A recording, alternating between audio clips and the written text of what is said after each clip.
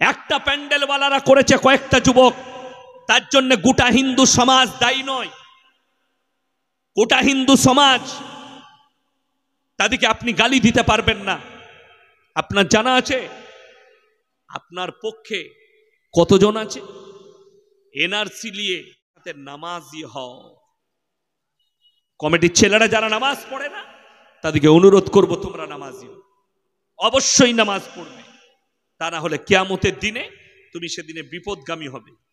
একটা প্রশ্ন আছে, আসসালামু আলাইকুম, বেলডাঙ্গাতে আল্লাহকে গালি দেওয়া হয়েছে, তার বিষয়ে আমাদের প্রতিবাদ করতে হবে, সেই সম্পর্কে আমাদেরকে এমন কিছু বলুন যাতে সকলে সেখানে যেতে উৎসাহিত হয়।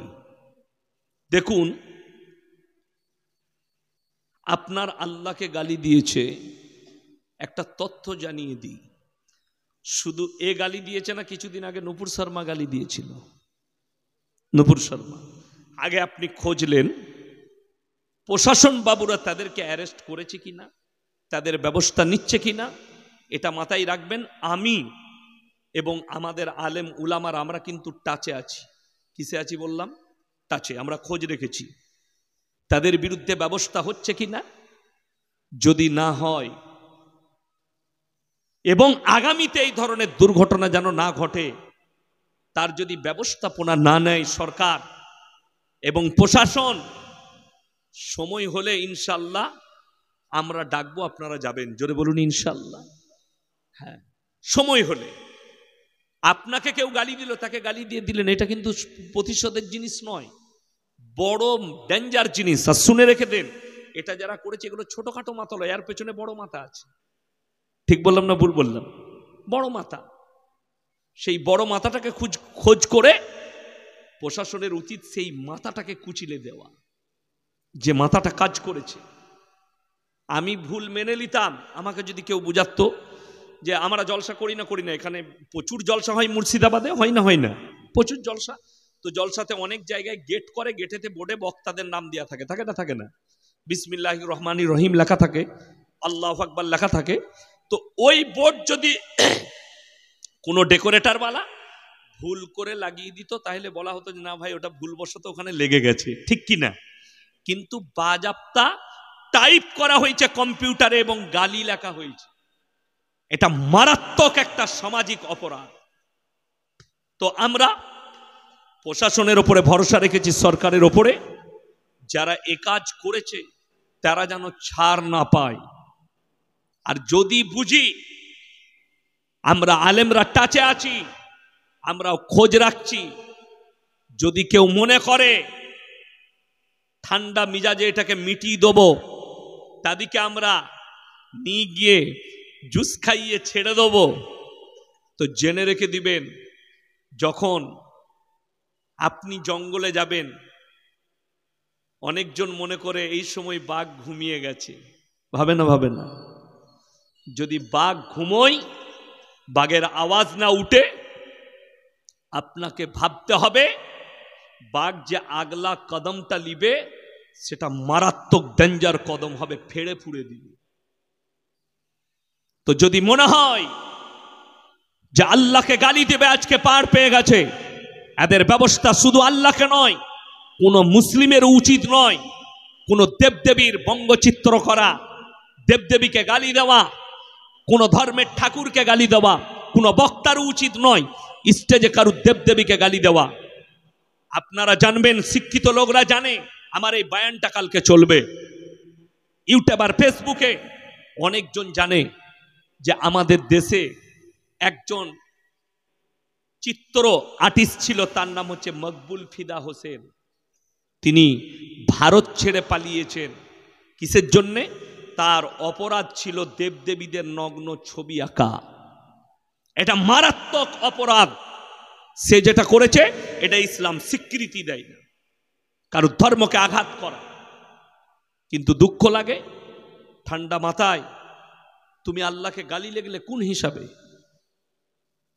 তোমাকে তো আপনারা জানেন না, বেলডাঙ্গার সব থেকে বড় মাদ্রাসা 1 বছর আগে ডেট করেছিল জালিলিয়া দারুল হুদা মাদ্রাসা, 111তম জলসা।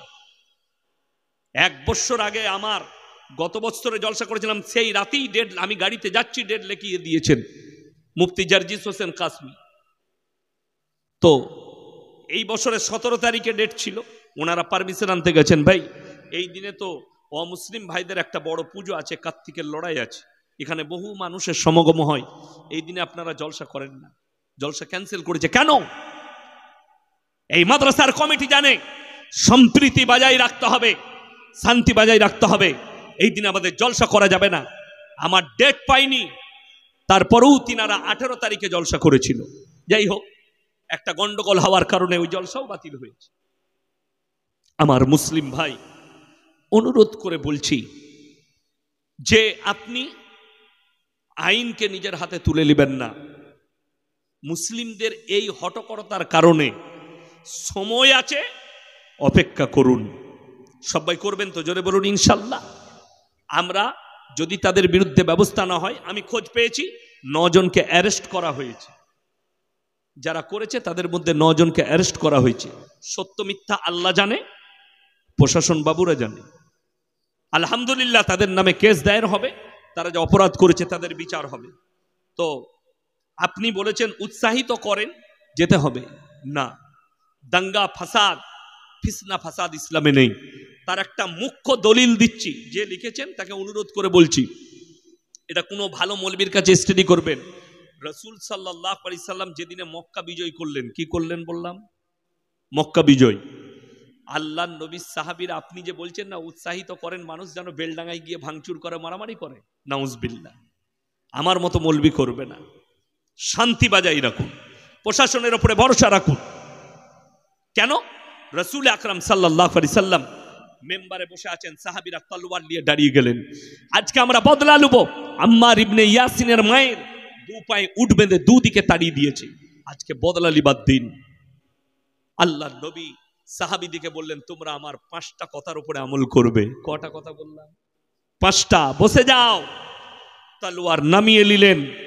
নবীজি সাল্লাল্লাহু আলাইহি সাল্লাম বললেন, নাম্বার 1, তোমরা বৃদ্ধকে মারতে পাবে না। জোরে বলুন না সুবহানাল্লাহ। নাম্বার 2, বৃদ্ধাকে মারতে পাবে না। নাম্বার 3, শিশুকে মারতে পাবে না। নাম্বার 4, আত্মসমর্পণ করলে মারতে পাবে না। নাম্বার 5, কাবা ঘরে যদি কেউ প্রবেশ করে তাকে তোমরা মারতে পাবে না। আল্লাহ রসুল এলান করলেন, আমি দয়ার নবী, আল্লাহর নবী, আমি ক্ষমা করতে জানি, দয়া করতে জানি, বদলা নিতে জানি না।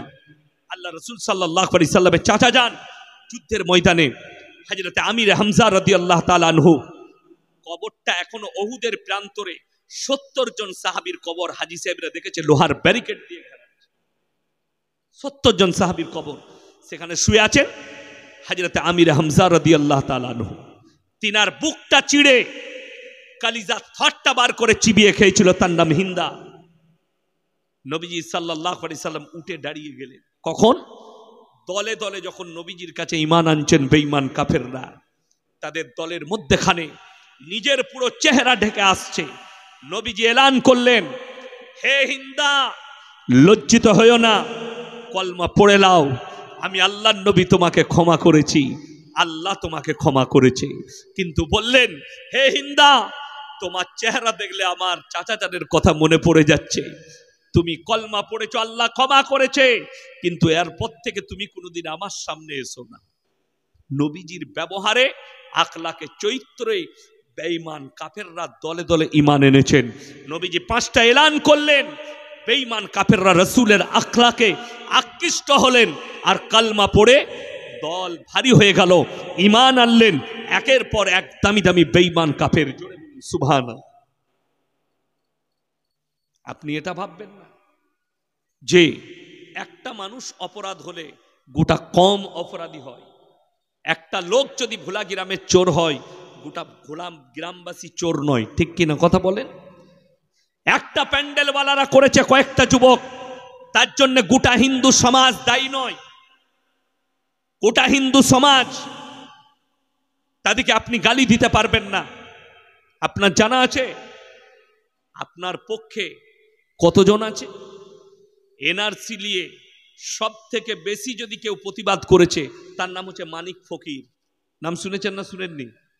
আমার সাথে লালগোলার কাছে একটা জলসায় ছিলেন। এনআরসি নিয়ে মানুষকে বুঝাচ্ছিলেন, সেই লোকটা কত প্রতিবাদ করেছে দেখেছেন। এইরকম হাজারো অমুসলিম ভাই আছে।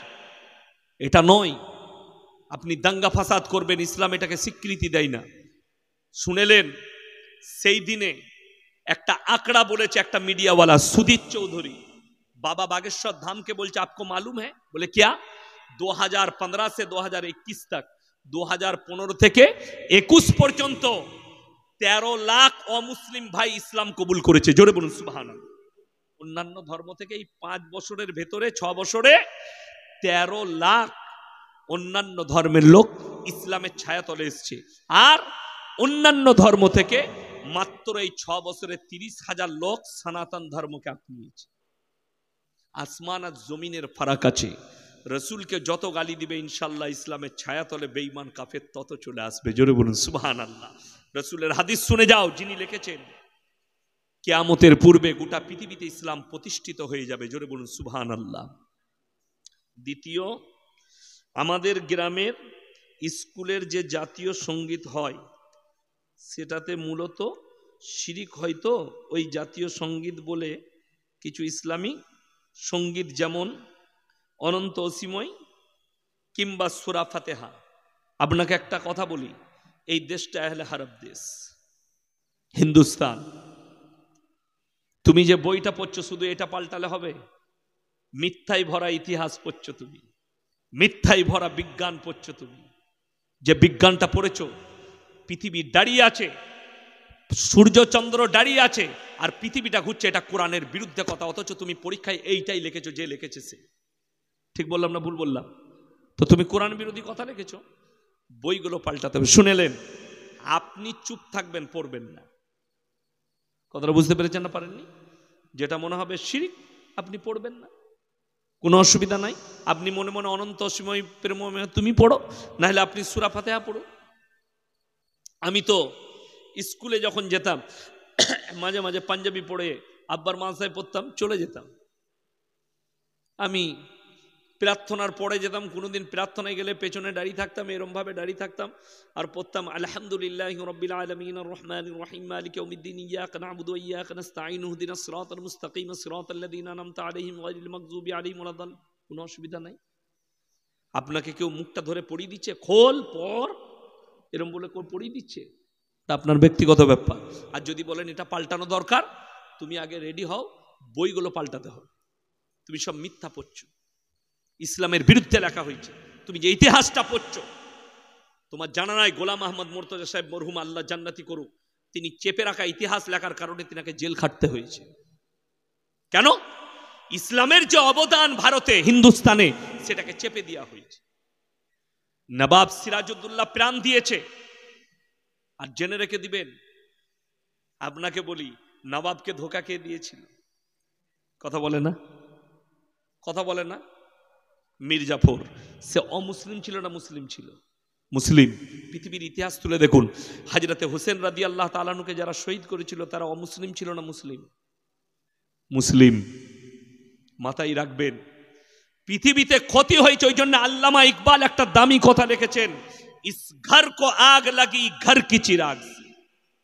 মুসলমান, তুমি নিজের ঘরে নিজের আগুন ধরিয়ে।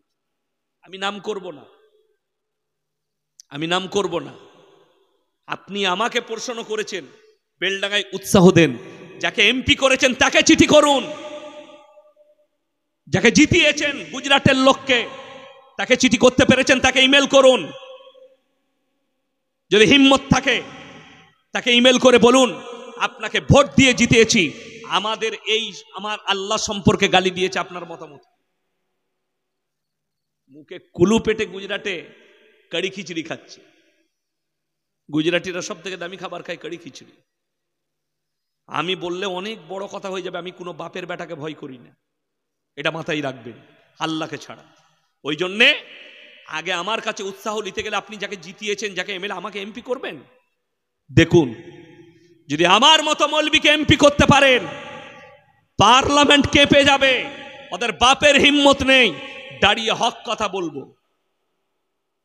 আপনারা শুধু এই বক্তাদিকে দেখতে পেয়েছেন, আপনার রাজ্যসভায় মৌলবী নেই, মন্ত্রী নেই, দাড়ি টুপিওয়ালা নেই।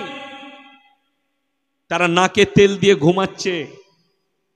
তাদেরকে অনুরোধ করব, স্যার আপনারা তো কিছু বলুন, আপনারা কিছু বলুন, আমরাই বলবো। আমার প্রতিবাদটা তো দুনিয়ার লোক শুনবে, আর আমি কিভাবে প্রতিবাদ করলাম আপনারা শুনলেন। দোয়া করবেন, সকলে জোরে বলুন ইনশাআল্লাহ। কি দোয়া? আল্লাহ, আল্লাহর বিরুদ্ধে যারা গালি দিয়েছে খুব তাড়াতাড়ি তাদেরকে ধ্বংস করে দাও, জোরে বলুন আমিন। তাদের তকদিরে ঈমান লেখা থাকলে ঈমান দাও, তা না হলে নিস্তে নাবুদ করে দাও। হুজুর, আমাদের গ্রামের সকল মহিলারা যখন রাস্তায় বের হয় তখন বেপর্দা হয়ে হয়, এই সম্পর্কে আপনি কিন্তু বলুন, যাতে এই গ্রামের মা বোনেরা পর্দা করে। পর্দা রেখেছে, সব ছিঁড়ে বার করে দিয়েছে। রাস্তায় পর্দা, 5 ওয়াক্তের নামাজ পড়ে, সকালবেলায় ফজরের পরে বউকে নিয়ে বহরমপুর যাবে, নিজের শরীরটা গোটাই ঢাকা, আর শাড়ি পরে পেছনে বউ বসেছে, বউয়ের পেটু বেরিয়ে আছে, পিটু বেরিয়ে। আমি রোজার মাসে মুর্শিদাবাদে কটা জলসা হয়, ধুলিয়ানে ফুলিয়ানে 2-3টে জলসা করি। তো এই বছরে 25শে রমজান জলসা ছিল আপনার ভাকুড়ির কাছে, তো কাঁটা বাগান বলে এক জায়গায়। তো আমি মুফতি জারজি সাহেবকে ফোন করলাম, ভাই আপনার মাথায় ইফতারি করবো, বলে হুজুর চলে আসুন। আমি চলে এলাম, ইফতারি করে আর পর আমি বললাম ভালো দোকান কোথায় আছে, কেনাকাটা করা হয়নি ঈদের, মেয়েদের জন্য বাড়ির জন্য জামা কাপড় কিনবো, বলে খুব বড় দোকান। চলে গেলাম, ঢুকেই দেখছি সব খালা, আমি একা খালি খালু। কথাটা বুঝতে পেরেছেন? আমি অবাক। দোকানদার বলছে হুজুর দাঁড়ান দাঁড়ান, সাইডে দাঁড়ান। আমি একটা কোনো রকম লজ্জায় মেয়ের জন্য একটা জামা নিয়ে বেরিয়ে পালিয়ে এলাম।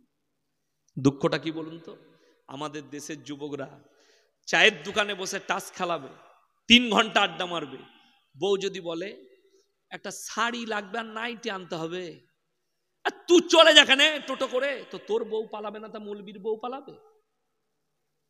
হারামখোর 3 ঘন্টা টাস খেলাচ্ছে আর বউকে বাজারে ঠেলে দিয়েছে। এক্সাম্পল দিচ্ছি, সভাপতি সাহেব আর আমি বন্ধু, ক্লোজ বন্ধু। আচ্ছা, বন্ধুর মধ্যে মাজাক হয় না হয় না?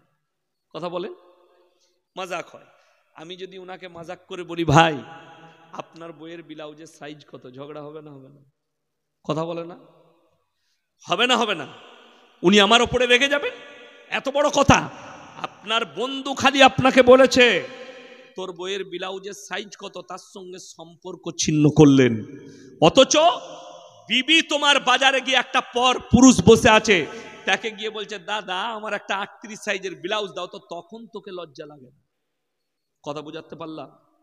নারী দিকে ঢেকে দাও, বাজার আপনি করবেন, আপনার দায়িত্ব।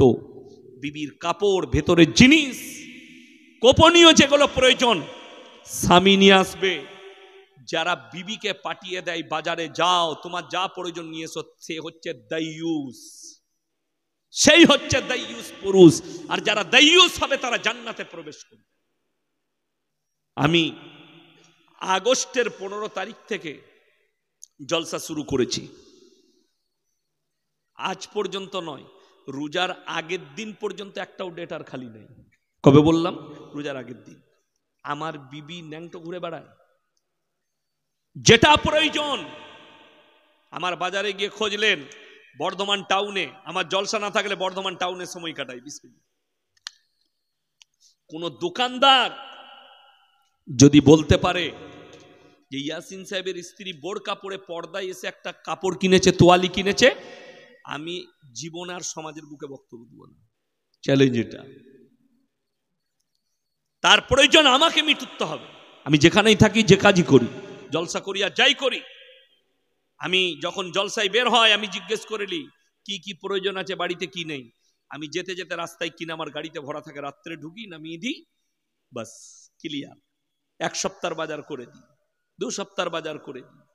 তাদেরকে যেন পেরেশান না হতে হয়, কোনোদিন যেন পেরেশানির হালত না হয়। আরে ভাই, আপনি বিবিকে বাজারে ঠেলে দিয়েছেন। আপনি বলুন, আপনাদের বাজারে যদি কেউ কলাগুলো ছিলে বিক্রি করে, মাছিগুলো কোথায় বসবে? ওই কলাগুলো কিনবেন তো আপনারা? কিনে মানুষ কি বলবে? দূর, এটা এ কলা আবার কিনে, শালা মাছি বসে নষ্ট হয়ে গেছে। তোমার বউটা যদি বেপর্দায় যায়, তার লোকের চোখ লেগে খারাপ হয়ে যাবে জিনিসটা। যদি ঢেকে রাখে ইজ্জত বেড়ে যাবে। আমার মা বোন, আপনারা নিজেদিকে ঢেকেলেন, তেন কি আছে দেখি। কোন ব্যক্তি নামাজ না পড়ে মুখে দাঁড়িয়ে রাখে, তাহলে তার সওয়াব আছে কি? হ্যাঁ, একদম জান্নাতুল ফিরদৌসে ঢুকবে। কি বলুন? কোরআনের একটা কথা শুনেলেন, এটা কোরআনে, যারা মুখে দাড়ি রেখে হোক আর বিনা দাড়ি হোক, দাড়ি রাখা কি সুন্নত, কিন্তু কেউ যদি দাড়ি না রাখে সে সুন্নতটা উড়িয়ে দিয়েছে, তার জন্য তার গুনাহ হবে। সবাই সুন্নত দাড়ি রাখবো, জোরে বলুন ইনশাআল্লাহ। কিন্তু এই যে নামাজ পড়ে না, দাড়ি বাড়া হোক কিংবা বেদাড়িওয়ালা হোক, সে যদি মনে করে আমার সব দিক ভালো, খালি নামাজ রোজা করি না, তারা শুনেলেন কোরআনে আছে জান্নাতীরা জান্নাতে প্রবেশ করবে, জাহান্নামীরা জাহান্নামে যাবে। কোরআনে আছে জান্নাতীরা প্রশ্ন ছুড়বে কাদিকে? জাহান্নামী দিওকে। ফি জান্নাতি ইয়াতাসাআলুনা লিল মুজরিমিনা মা সালাকাকুম ফি সাকার, তোমরা কেন জাহান্নামে যাচ্ছ? তারা বলবে ক্বালু লাম নাকু মিনাল মুসাল্লিন, আমরা নামাজি মুসল্লিদের মধ্যে ছিলাম না। ওয়ালাম নাকু নুতিমুল মিসকিন, এবং এতিম আর মিসকিনকে খানা খাওয়াইতাম না, তাই আল্লাহ আমাদেরকে জাহান্নামে পাঠিয়েছে। ওয়া কুন্না নাকুদু মাল খায়দিন, আর দাড়ি টুপি নামাজি মুসল্লিদিকে দেখে হাসি ঠাট্টা বিদ্রুপ করত, আর তাদের সঙ্গে আমরাও থাকতাম, তাই আল্লাহ আমাদেরকে জাহান্নামে পাঠিয়েছে। ইসলামে রাজনীতি আছে কি? ধর্মিক ব্যক্তির রাজনীতি করা যাবে কি? দেখুন, হযরতে হোসেন যে শহীদ হয়েছিলেন, কিসের উপরে ভিত্তি করে হয়েছিলেন? রাজনীতির উপরে ভিত্তি করে হয়েছিলেন, গদির জন্যে। রাজনীতি তো তখনই শুরু হয়েছে গদি নিয়ে। আজকে রাজনীতির লড়াই কিসের নিয়ে? গদি নিয়ে লড়াই। কেউ বলছে আমি পঞ্চায়েতের প্রধান হব, ও বলছে আমি পঞ্চায়েতের প্রধান হব। এই পদ নিয়ে, পদের কারণেই, বাদশাহীর কারণেই হযরতে হোসেনকে শহীদ হতে হয়েছিল। রাজনীতি সাহাবীদের যুগ থেকে আছে। রাজনীতিবিদ শুনেলেন, যারা মনে করে রাজনীতিটা খুব সহজ, কিয়ামতের দিনে সব থেকে কঠিন বিচার হবে বাদশাদের। যারা রাজনীতিবিদ আছে তাদের, কেউ যদি অন্যায় করে 1 টাকা কমের মেরে থাকে, কিয়ামতের দিন আর পেরোতে পারবে না, আটকিয়ে যাবে। কেউ যদি একটা অন্যায় বিচার করে থাকে, আপনি পদ পেয়েছেন, অন্যায় বিচার আপনি হক না বলতে পারেন, কিয়ামতের দিন আর পেরোতে পারবেন না। অন্যায় বিচার করে থাকে আপনি ফেরে পড়বেন, ন্যায় বিচার করতে হবে। আর এখনকার যুগে যারা আমরা রাজা হচ্ছি, বাদশা হচ্ছি, চেয়ার পাচ্ছি, আমরা কি, কেউ যদি গাঢ় দুধের 1 কাপ চা খাওয়ায়, বিচার তার পক্ষে চলে যাবে। 500 টাকার লোট গুঁজে দিলে বিচার তার পক্ষে যাবে। ঠিক বললাম না ভুল বললাম? এরা কিন্তু বিপদে পড়বে কিয়ামতের দিনে। তাই রাজনীতি আপনি করতে পারেন কওমে মিল্লাতের, ইসলামের উন্নতির জন্য। নেতা হন, মন্ত্রী হন, এমএলএ হন, এমপি হন, কিন্তু আমি কওমের উপকারের জন্য করব, তাহলে হওয়া যাবে। যদি মনে করেন যে আমি খালি পদের লেগে হব, তখন তুমি লোককে কিছুই বলতে পারবে না, খালি পদটা পেয়ে যাবে। এরকম বহুজনের মুখে কুলু পেটে গেছে, আমি নাম করব না। দেনা পাওনা করে বিয়ে করা যাবে কি? মলনার এই বিয়ে পড়ানো হারাম না হালাল? শুনেলেন, আপনাদের মুর্শিদাবাদে মালদায় ধারে বউ পাওয়া যায়। কথাটা বুঝতে পারছেন না? আমি মালদায় এক জায়গায় জলসায় বিয়ে হচ্ছিল, 80,000 টাকা দেলমোহর, 79,800 টাকা ধার, 200 টাকা লগত। আমি বললাম সালা 200 টাকায় বউ পাওয়া যাচ্ছে ধারে? যে পড়াচ্ছে সেই মৌলবীকে জিজ্ঞেস করুন। আল্লাহ নবী সাল্লাল্লাহু আলাইহি সাল্লাম নিজের মেয়ের বিবাহ দিয়েছিলেন কার সাথে? হযরতে আলী রাদিয়াল্লাহু তাআলা আনহুর সঙ্গে।